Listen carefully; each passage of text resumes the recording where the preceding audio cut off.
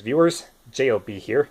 After 12 days of absence, I'm finally back with a brand new film. As you can tell from my hat, we're going to be discussing Disney, but a different kind of Disney film. Specifically a cross between live action and animation. No, we're not talking about the movie that you think we're going to be discussing. We're going to be talking about a film that actually did something that the Three Caballeros actually did. But in a full-length feature sense. Now, before we get started, this film does feature live action stuff. Sort of like all the other shows or movies like Saludos Amigos, Three Caballeros, but this is actually a full length. Now, many people have debated what's the very first live action Disney film. Some people say it was The Reluctant Dragon, but that was more like a behind the scenes of how cartoons are made. Some would argue that it's Treasure Island, because it featured no animated characters whatsoever. But I'm gonna go with what me and the Nostalgia Critic think is the very first in that context, that being the Song of the South.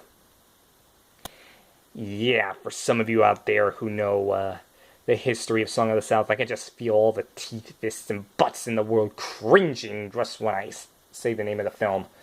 But I think it's important for history, and why not? Let's give it a shot.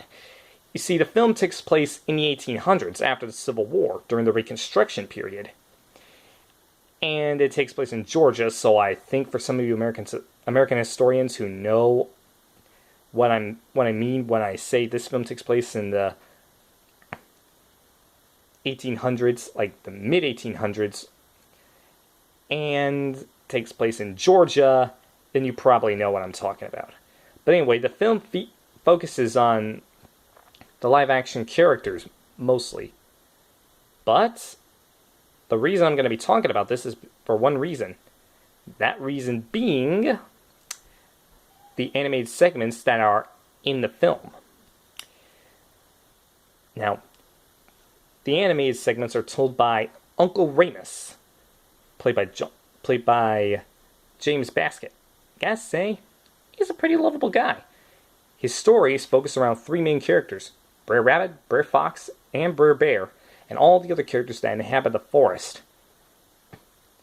And of course, let's not forget, Uncle Remus also has that very, very catchy song. If you've seen clips of Song of the South, you know what I'm talking about.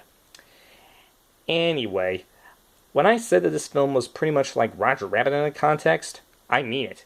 Because I've seen clips of the end of the film where all the animated characters and the main live-action characters, well, the kids mostly, the kids and Uncle Remus, are all together on set. And, of course, sing that world-famous catchy tune, which is sort of like become, for a time, was pretty much the anthem of Disney before it was replaced by When You Wish Upon a Star. And when I say it's kind of like Roger Rabbit, I mean when the animated characters go into the shadows, they darken as if they're in the shadows. Yeah, it's like Roger Rabbit before there was a Roger Rabbit. It's so crazy. I can't avoid it any longer. I gotta talk about the elephant in the room, if you will. That being the racial insensitivities.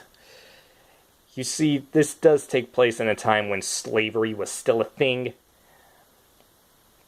And I can see why some people actually don't want this film to be seen by the public in modern times.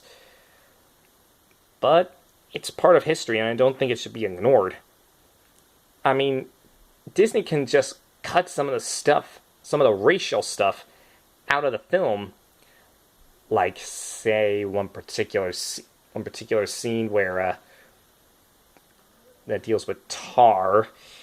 And, of course, some of the other things. But I think that maybe it's probably worthy of being seen on television or on DVD or even on Netflix. I mean, come on, they made a Disney ride out of it, Splash Mountain. It was actually based off the animated characters of the film. I mean, if Disney can make a ride out of the animated segments of Song of the South, I'm sure they can release it on DVD or on Netflix. I mean, if they can get Whoopi Goldberg or John Canemaker to come out in the beginning and explain the racial insensitivities of the film, saying stuff about slavery, how it's not right, it wasn't right then, it's not right now, I think that it could be properly released on the Netflix and DVD. Do you think it should be? Leave me a message in the comments down below. And draw your own zippity conclusions. And until next time, have yourself a zippity doo-dah day.